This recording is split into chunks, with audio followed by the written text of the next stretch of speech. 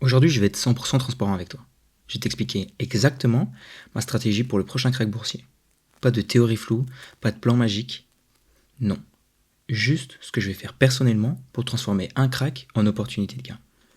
Parce que soyons clairs, le prochain crack arrive, ou peut-être qu'il est déjà là. Et ma question pour toi, c'est est-ce que tu seras prêt? D'abord, on va prendre un exemple. Début avril, Trump, il a annoncé des nouvelles taxes douanières. Le marché, lui, a réagi complètement en panique. Si on regarde le Fear and Greed Index, la semaine passée, on était à 4. Aujourd'hui, on est un peu remonté, on est à 21. Mais si tu regardes, depuis début avril, on avait perdu... Hop. Début avril, on a perdu à peu près 15% sur tout le marché américain. Et ça, en fait, qui peut le prédire? Qui pouvait prédire que le 1er janvier, on allait avoir ce genre de volatilité dans le marché? Personne. Et tous ceux qui disent qu'ils peuvent, honnêtement, ignore-les. Ce que tu dois comprendre, c'est que les marchés sont émotionnels, ils sont instables, et même parfois irrationnels. Et c'est justement pourquoi ces chaos sont des opportunités. Mais ça, à condition d'avoir un plan et de savoir garder la tête froide. En fait, la question, c'est pas savoir si le marché va se crasher, c'est comment toi tu vas réagir quand il le fera. Alors bien sûr que si tu as besoin de ton argent dans les 6 à 12 prochains mois, c'est clair que les cycles comme ça, c'est pas tes amis. Mais dans les autres cas, ce genre de volatilité, c'est une opportunité en or pour toi. Et comme le dit Morgan Housel dans le Psychology of Money, il dit que tous les cracks passés ressemblent à des opportunités et tous les futurs cracks ressemblent à des risques. Mais en réalité, ce sont toujours des opportunités. Et ce qui compte, c'est comment toi tu réagis. Parce qu'on sait tous ce qu'il faut faire. Tout le monde sait que quand ça baisse, il faut acheter. Mais dans la réalité, par exemple, on peut prendre Apple dans ce moment-là. Tout le monde sait que quand ça baisse, il faut essayer d'acheter. Et tout le monde espérait avoir un prix bas pour Apple. Mais si là maintenant, Apple, il est à 100$, je peux t'assurer que 80% des gens vont pas acheter Apple.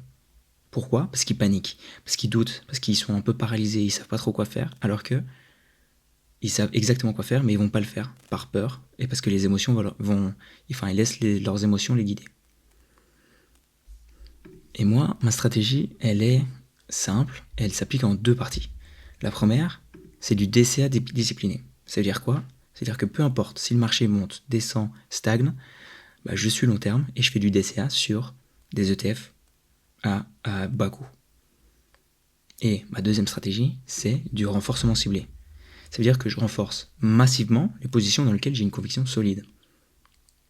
Je renforce pas n'importe comment, je renforce pas quand les prix pour moi n'ont pas de sens. Par exemple, je vais prendre une action, par exemple on va prendre Tesla. J'ai pas Tesla dans mon portefeuille, mais c'est juste pour l'exemple.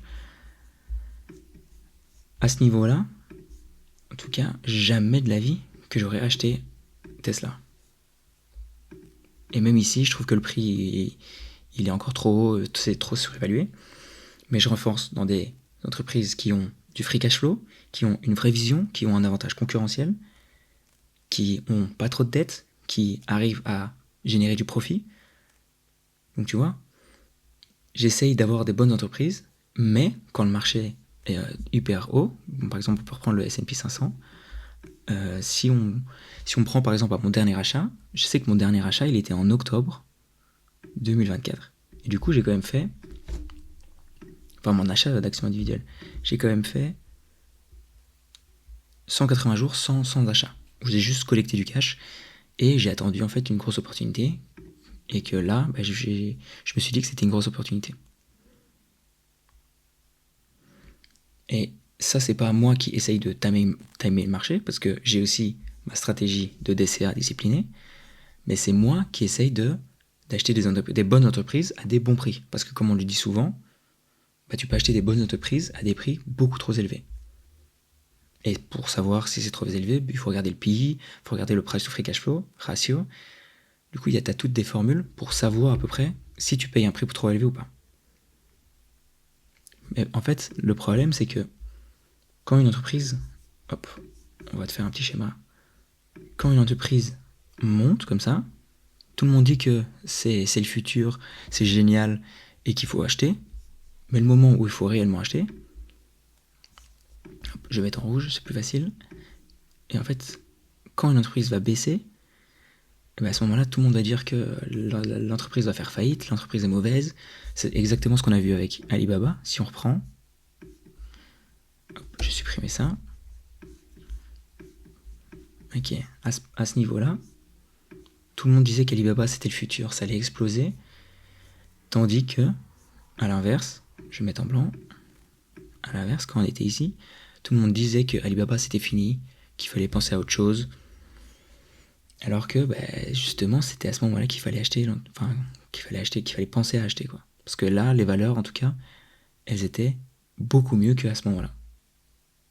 Et si on regarde, si on peut même regarder les bénéfices de 2020 à 2022, déclaration, compte de résultats.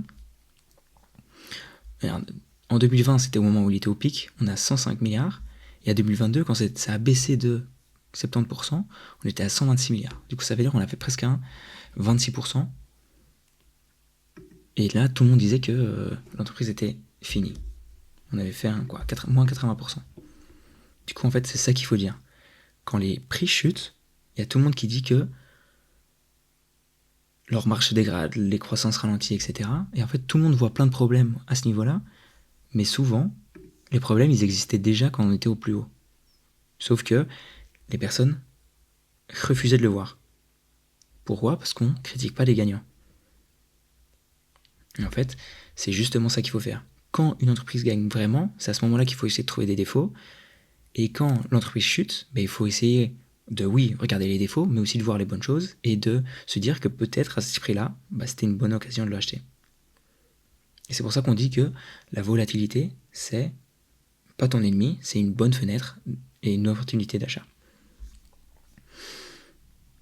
En fait, tu sais pourquoi moi je panique pas ? C'est parce que j'ai mon plan, ça c'est ma stratégie à moi, basée sur mes objectifs long terme. Et en fait, ce plan, il est aligné avec mes objectifs. Je sais ce que je veux, je sais pourquoi je fais, et surtout, je sais que les cracks sont normaux. Ça fait partie du cycle, on en a parlé dans la vidéo juste avant. Il faut savoir que depuis 1950, on a eu des attentats, des crises politiques, des guerres, des pandémies. Et si tu regardes, le marché, lui, il a toujours remonté. Alors oui, le prochain crack arrive, et non, on ne sait pas quand, mais si tu as une stratégie claire, tu n'as pas besoin de le faire savoir.